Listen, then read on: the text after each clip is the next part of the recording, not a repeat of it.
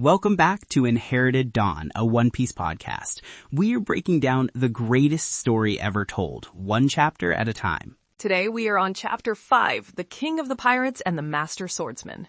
And let me tell you, if you thought you knew Zoro, you were wrong. We get the entire foundation for the man, the myth, the legend himself, and it is absolutely heartbreaking. A promise made between two children, sealed by tragedy. It redefines his entire journey from a simple quest for a title to a sacred duty.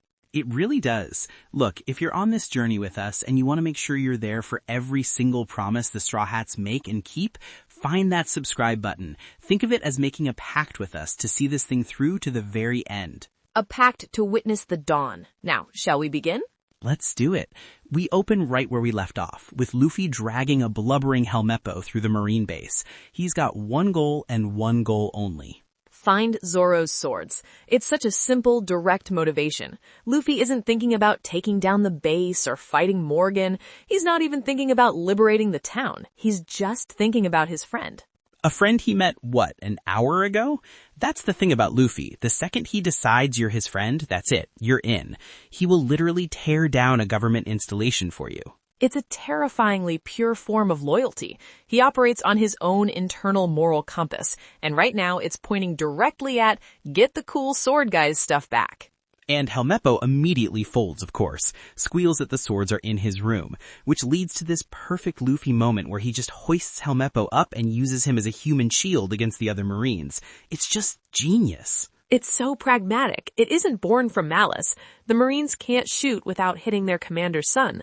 Luffy has identified a problem, armed guards are in his way, and found the most efficient solution. It's almost childlike in its logic, yet devastatingly effective. It's also hilarious. You just see Helmeppo's stupid face, eyes bulging as he's paraded through the hallway like a sack of whiny potatoes. The other Marines are just completely stumped. What's the protocol for this? There is no protocol for this. That's what makes Luffy so formidable. He doesn't play by the rules of engagement. The world has rules, and Luffy just walks through them. His presence fundamentally breaks the systems of control that people like Morgan rely on. You can't intimidate someone who doesn't perceive your authority. You can't threaten someone who sees your power structure as just a series of simple obstacles. While this beautiful chaos is happening inside, the situation in the courtyard is becoming much more dire. Koby realizes he's been shot. He clutches his arm, and the reality of the situation crashes down on him. This isn't a game. These Marines, the organization he idealizes, will kill him without a second thought for defying orders. And his reaction isn't to run. Zoro, tied to a cross, a man he has no connection to other than a shared moment of defiance, tells him to get out of there. And Koby refuses. He is not leaving until Zoro is free. The character development for Koby is happening at light speed. Think back to Chapter 2. This is the boy who spent 2 years as Alvida's cabin boy out of pure fear. He was terrified to even speak his dream aloud. Now he's taking a bullet and standing his ground against a Marine firing squad for a near stranger. It's that Luffy effect. It's infectious. Luffy's courage is like a virus, and Koby has a terminal case. He has to tell Zoro the truth. He explains that Helmeppo never intended to keep his promise, that the whole 30-day deal was a lie from the start. This moment is so crucial for Zoro's perception of the world. He's a man who seems to live by a code, even when dealing with scum. He accepted the terms of the deal, as unfair as it was. He was going to see it through. He likely believed, on some level, that even a weasel like Helmeppo was bound by the words of the agreement. And Koby just shatters that. But he doesn't just deliver the bad news. He tells him how he found out. He tells him how Luffy heard it all and just decked Helmeppo right in the face for it. This is the moment for Zoro. You can almost see the gears turning in his head. This weird, straw-hatted kid wasn't just a chaotic force of nature. He was acting on principle. It changes his entire perception of Luffy. He wasn't just being foolishly optimistic about Zoro surviving the 30 days. He was defending Zoro's honor, even when Zoro himself wasn't there. Luffy was upholding the sanctity of a promise that the promiser himself had already betrayed. That act of vicarious integrity is what wins Zoro over, long before he's even asked to join the crew. But before they can process it, the Marines are on them. They declare Zoro and Koby traitors, and Captain Morgan gives the order to execute them. The stakes just went from 0 to 100. And as Zoro faces down a firing squad, tied and helpless, knowing this might be the end, we go into his past. The timing is impeccable. Just when we're about to lose this character we've only just met, we're yanked out of the present and shown exactly why his life and his dream are so important. It creates such an immediate emotional investment. We're taken to a dojo. A young Zoro, all scraps and bandages, has just been defeated. Again. By Kuina, the sensei's daughter. And not just defeated, this is his 2,000th loss to her. 2,000! Can we just stop and appreciate the sheer glorious stubbornness of this kid who loses to the same person 2,000 times and keeps coming back for more? He's not just determined, he's pathologically incapable of quitting. It speaks to a fundamental aspect of his character that we see time and time again. For Zoro, the process of striving is as important as the victory itself. The other children mock him, but it's clear they don't understand the battle he's fighting. It's not just about winning one match. It's about conquering an impossible wall. The other students immediately jump to his defense, in a backhanded way, accusing her of getting special treatment because she's the master's daughter. But the sensei, her father, Koshiro, just calmly says she's older. But you can tell it's more than that. Koshiro's placid expression hides something. Is he protecting Zoro's pride? Or is he trying to downplay his own daughter's prodigious talent? There's a layer of complexity there. Kuina has a natural talent that infuriates Zoro. Her strength seems effortless, while he's pouring every ounce of his being into it, and still coming up short. He's doing everything physically possible to close the gap, and she just beats him. Every time. So that night, he does what any rational, incredibly intense child would do. He challenges her to a real duel, with real katana. And she accepts. This is a turning point. It's no longer a sparring match with bamboo swords. The introduction of live steel signifies that this is escalated beyond a simple dojo rivalry. This is about their very identities. They meet under the moonlight, and with one clean strike, she defeats him. Victory number 2001. But this time is different. This time it wasn't just about technique. It was about everything. And after she wins, Kuina breaks down. She starts crying, and this is where the chapter just grabs you by the heart and refuses to let go. She tells him her greatest fear, that even though she's stronger now, one day Zoro will surpass her, not because he'll work harder, not because he's more determined, but simply because he's a boy and she's a girl. She says girls don't acquire the same physical strength as guys when they grow up. Her own father told her that. She wishes she had been born a boy so she could truly pursue her dream of being the world's greatest swordsman. Stop and think about the weight of that scene.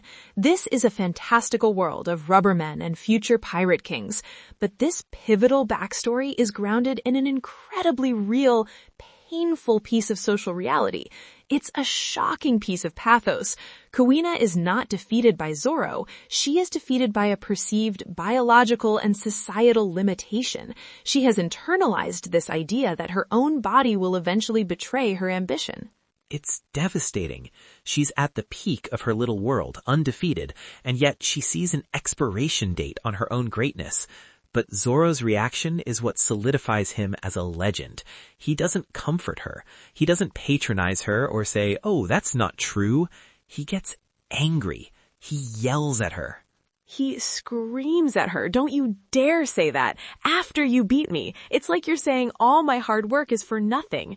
He respects her strength so profoundly that hearing her devalue it is a personal attack on him. Exactly. It's not about gender for him. It's about strength. She is the mountain he is trying to climb. For her to say the mountain is going to shrink on its own, it invalidates his entire struggle. It's such a powerful, backwards way of showing ultimate respect. He's not angry at her for being sad. He's furious for her that she would dare disrespect the rival he holds in such high esteem. This is where their rivalry transcends into a partnership. He sees her as his ultimate goal. By making this promise, he is essentially locking her into that role. He is refusing to let her give up because her dream has now become intertwined with his own. He makes her a promise. He tells her that one day, one of them, it doesn't matter who, will become the greatest swordsman in the world. It's a pact. They are no longer just rivals competing against each other. They are two halves of the same ambition, pushing each other toward a single, shared goal. It's one of the most beautiful and intense character foundations I've ever read. The framing of it is perfect. The two of them silhouetted against the moon, forging a vow that will define the rest of their lives. A pure, unbreakable promise. And then the next day comes. The story just drops an anvil on your soul. Zoro is training, more determined than ever, when one of the other students runs up to him. He's told that Kuina is dead. She fell down the stairs. It's so sudden, so mundane, so infuriatingly pointless. In a world of pirates and grand battles, the greatest swordswoman he ever knew, his ultimate goal, dies in a common household accident. There's no glory, no final battle. She's just gone. The sheer senselessness of it is the real tragedy. And Zoro's reaction? It's not just sadness, it's rage. He runs to the dojo where her body is laid out, her face covered by a white cloth, and he just screams at her. He accuses her of being a liar. He accuses her of running away from their promise. It's the grief of a child who can't process the finality of death. All he understands is that his rival, his reason for striving, has broken their pact. In his mind, she didn't just die, she betrayed him. She left him alone with this massive shared dream that he now has to carry all by himself. He goes to her father, his sensei, Koshiro, and through tears and rage, he begs for her sword, for the Wado Ichimonji. He tells him he's going to become the world's greatest swordsman, for the both of them. He will take her dream and her will, and he will carry them with him. His strength will be so great, his name will be so famous, that it will reach her in the heavens. Chills. Every single time. That is the moment. He puts her white sheathed sword in his mouth, and Roronoa Zoro, the three-sword style user, is born. He's not just fighting for himself, he's fighting to keep a promise to a ghost. He inherits her dream. The sword itself, the Wado Ichimonji, becomes a physical manifestation of this vow. It's more than steel, it's a promise, a burden, and a source of incredible strength. This is the moment Roronoa Zoro was truly forged.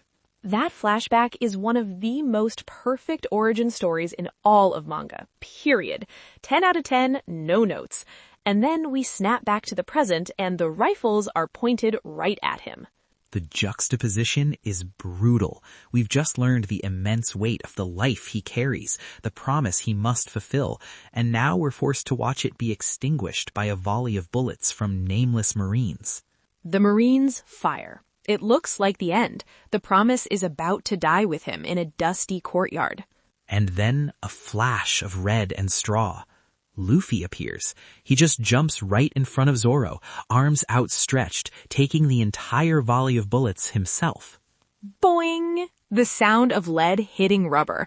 The bullets just stretch his skin and then bounce off, completely harmless. The shock on the faces of every single Marine is just priceless. Their brains cannot compute what they are seeing. And Zoro is just speechless. He was resigned to his fate. He was ready to die, and this stranger he barely knows just nullified a firing squad like it was a minor inconvenience. Consider the psychological impact on Zoro in that specific moment. He has just relived the most traumatic memory of his life, the loss of the person with whom he shared his dream. The immediate next thing that happens is that a new person, a potential new friend, stands as a literal shield between him and death. The thematic resonance is off the charts. Luffy is unknowingly acting as the antithesis to Zoro's core trauma. And Luffy, ever the simple man, just turns around holding 3 swords. He's got this goofy look on his face and says he didn't know which one belonged to Zoro, so he just grabbed all of them. It's such a pure Luffy-like solution. No complicated plan, just grab everything. And Zoro just looks at him, this impossible boy, and a small smile forms on his face. He says he uses Santoryu, 3-sword style. The pieces just fall perfectly into place. And then comes the offer again. Luffy asks him to join his crew. I've decided you're going to join my crew. Not a question, a declaration. And this time, Zoro accepts. He says he'd rather become an infamous pirate than die here. It sounds like a choice of convenience, a pragmatic decision to survive, but we know better now. We've just seen his entire past. We know he cannot die. He has a promise to keep, a dream to fulfill that isn't just his own anymore. Joining Luffy isn't just the path of least resistance, it's the only path forward to keep his vow to Kuina alive. But he doesn't join unconditionally. He immediately lays down his terms. He declares that he has his own ambition to become the world's greatest swordsman. And if Luffy ever gets in the way of that ambition to the point where he has to give it up, he will make Luffy slit his own belly in apology. A swordsman's honor, a demand for seppuku. He's laying his terms down from the start. This isn't a subordinate joining a captain. This is a king joining an emperor. It's a pact between equals. It establishes the fundamental nature of the Straw Hat crew from the very beginning. They are a collection of dreamers bound together by a captain who respects their individual ambitions as much as his own. And Luffy, with that big toothy grin, just says, "That's fine. The world's greatest swordsman sounds great. A pirate king should have the best of the best on his crew." It's a no-brainer for him. He doesn't hear a threat. He hears a statement of purpose, and it aligns perfectly with his own. And with that, the Straw Hat Pirates gain their second member. The foundation is laid. A captain with an impossible dream, and a first mate with an unbreakable vow. Super. That's how you build a crew. The story doesn't just have people join, it forges them together through shared stakes, mutual respect, and the collision of immense, world-shaking dreams. It's perfect. This chapter is really the true beginning of the adventure. Chapter 1 was the prologue. Chapters 2 through 4 were the introduction. Now, it's not just Luffy anymore. It's a crew. The journey has begun. I could talk about Zoro's backstory all day. I'm curious what everyone listening thought was the most powerful moment. Was it the promise, the duel, Zoro screaming at her body? Let us know down in the comments. We'd love to read them. All right, predictions for Chapter 6. What do you have for me? Okay, first up for me, it's gotta be showtime. Zoro has his swords back. The Marines are all standing there with their jaws on the floor. Next chapter, we are gonna see the first real demonstration of the three sword style. He's gonna carve a path through these guys, and it's gonna be glorious. I agree that the fighting is about to begin in earnest. My first prediction is that Captain Morgan will finally step off his perch. He can't let his men see him delegate this. He's a tyrant who rules through fear and perceived strength. His entire command structure just witnessed his firing squad get casually blocked by a kid in a straw hat. He will have to confront Luffy and Zoro personally to reassert his dominance. Oh, I like that. A real captain-on-captain confrontation. Okay, for my second prediction, I'm thinking about Koby. He's a traitor in the eyes of these Marines now. He can't stay here. Luffy will probably offer to let him sail with them, but Koby, inspired by Luffy's conviction, will declare his own dream right here to become a true, just Marine. Not like Morgan, but a real hero. He'll part ways with them to start his own journey. That's a strong possibility. It would create a fascinating parallel. Luffy pursuing his dream on a pirate ship, and Koby pursuing his within the very system they just fought. Oh, I like that. Okay, for my second prediction, I'm thinking about Helmeppo. He's been defeated, humiliated, and used as a shield. He's going to run to his father, Captain Morgan, for protection.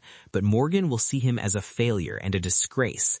I predict Morgan will strike his own son down in front of everyone to reestablish his dominance, cementing himself as the true villain of this arc, and showing just how corrupt and monstrous he is. Ooh, that's dark, but it feels right for a guy with a giant axe as a hand. Okay, my last one is a bit of a smaller detail. We saw Zoro tied up, starving for weeks. He hasn't eaten in almost a month. Now he's got his swords, but he's got to be on his last legs physically.